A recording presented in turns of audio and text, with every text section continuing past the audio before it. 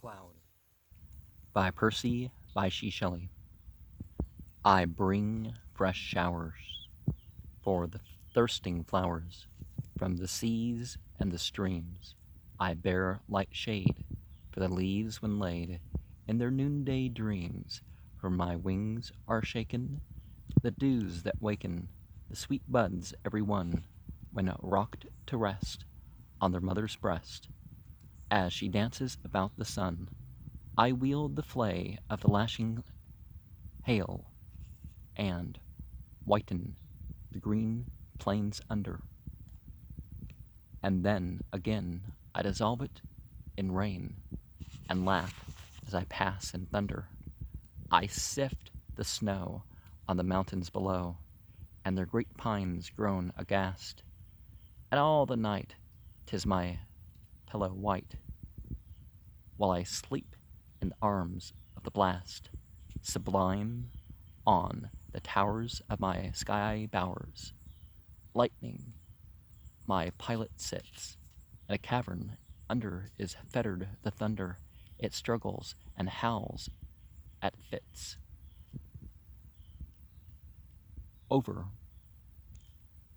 earth and ocean with a gentle motion, this pilot is guiding me, lured by the love of the genii that move in the depths of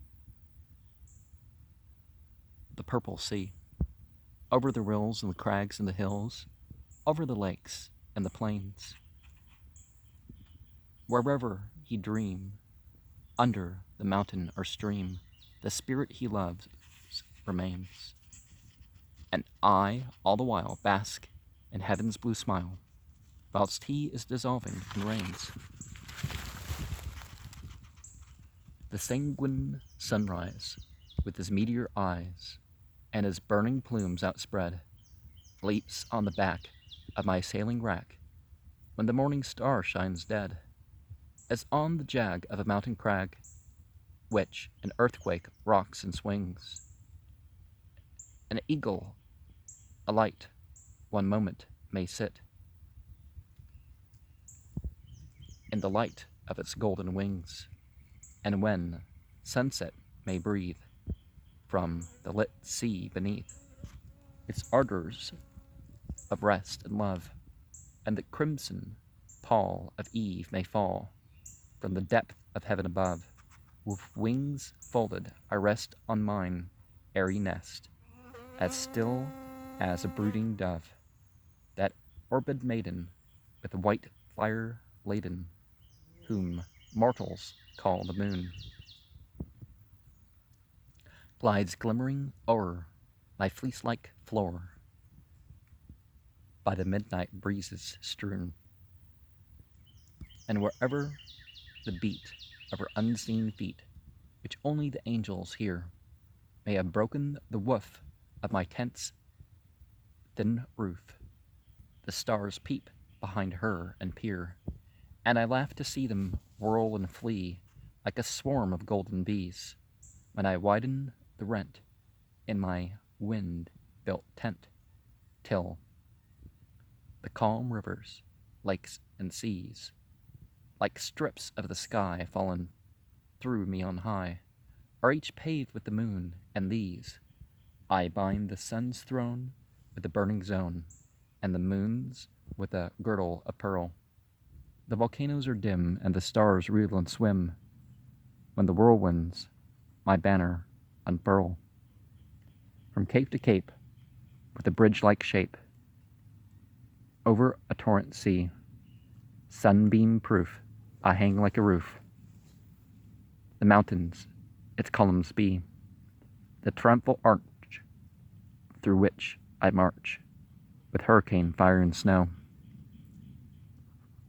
When the powers of the air are chained to my chair,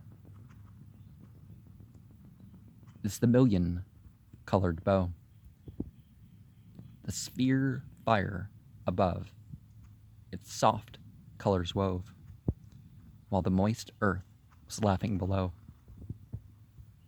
I'm the daughter of earth and water, and the nursling of the sky. I pass through the pores of the ocean and shores I change, but I cannot die.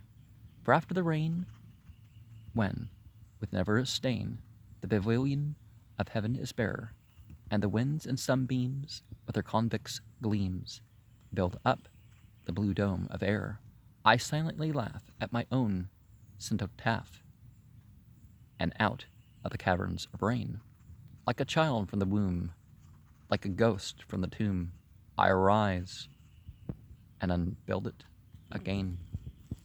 Now, I presume that when he says, lured by the love of the genie that move, he means plural, so lured by the love of the jinn that move.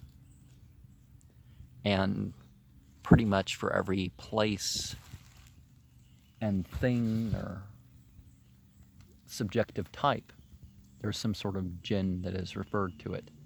But just because something is present doesn't mean we have to worship it. We can respect what's here, sure, but I don't mean, treating something like a deity. And I don't, of course, mean we respect them but not worship them. You pray to them. You meditate upon their image and all that stuff. It's not the same thing about... You can picture all sorts of stuff, but there's context, right? You can speak to what's there when you know exactly what's there and you're communicating. I'm here in this forest reading poems, and obviously what's here knows I'm saying hello. I don't have to pray to it or make some sort of offering.